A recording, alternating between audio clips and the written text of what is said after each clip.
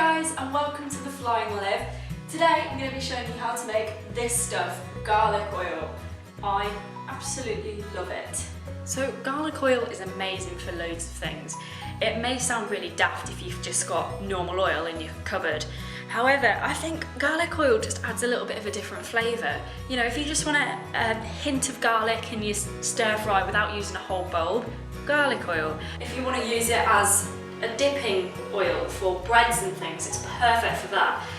Most of the time it's just if you don't want to use a whole clove of garlic, or if you just want a hint of garlic, or flavoured oils, useful for everything, perfect for rubbing on meat, and oh, they're just brilliant. And they're so easy to make, and they're just delicious. Unfortunately, making garlic oil isn't as simple as just dropping bits of garlic into some oil, because garlic, unfortunately, has a chemical in it.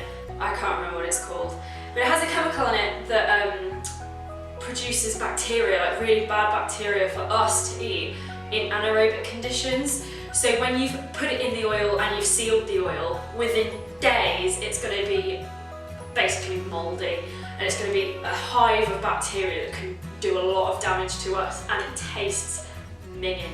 So unfortunately, we're going to have to do a little bit more to make sure that this doesn't happen, but it's still dead simple, so let's go and give it a try.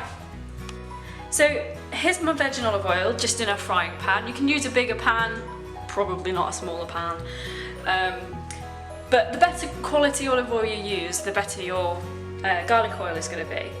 This garlic that I'm using, I'm literally only using this because my boyfriend bought the wrong stuff.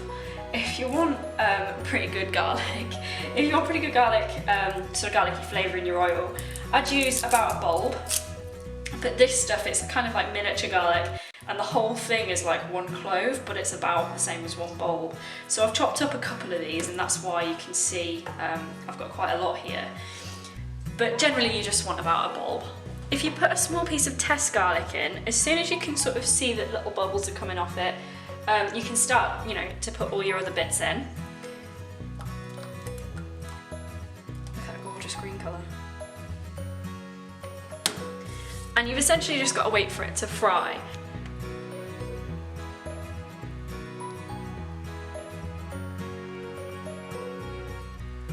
By frying the garlic, essentially we're just getting rid of the bacteria that would otherwise cause it to go mouldy.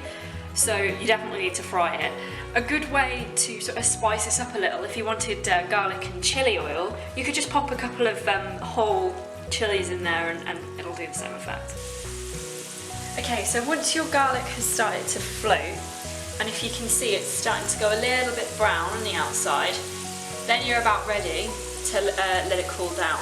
So take it off the heat and let it cool down until it's just about warm, and then you can start to put it in a jug and then into your bottle.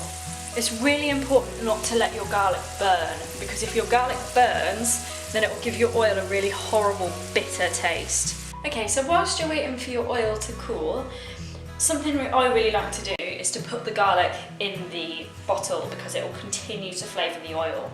I've cut it in half, just so that it'll fit in the bottle a bit easier. Okay, so once it's cooled down, you can try and pour it into a jug. This is going to go badly, I can feel it.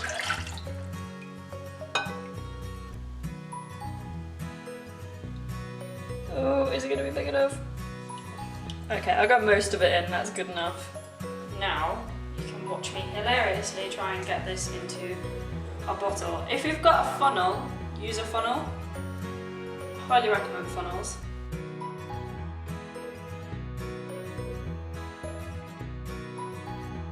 This is your finished product, your garlic oil. It's an absolutely gorgeous colour, and you can see all of the pieces of garlic in the bottom that you fried before. I'm supposed to tell you that you're meant to eat or drink or use this within 2 weeks, but realistically you're not going to use this much in 2 weeks. So, I mean, it has been known to last months, so use that information as you will, but I'm meant to tell you that you've got to eat it in 2 weeks. But as long as you, personally, I think if you just keep the lid on it and you're sensible with it, it should last for bloody ages. So enjoy it, and thank you for watching.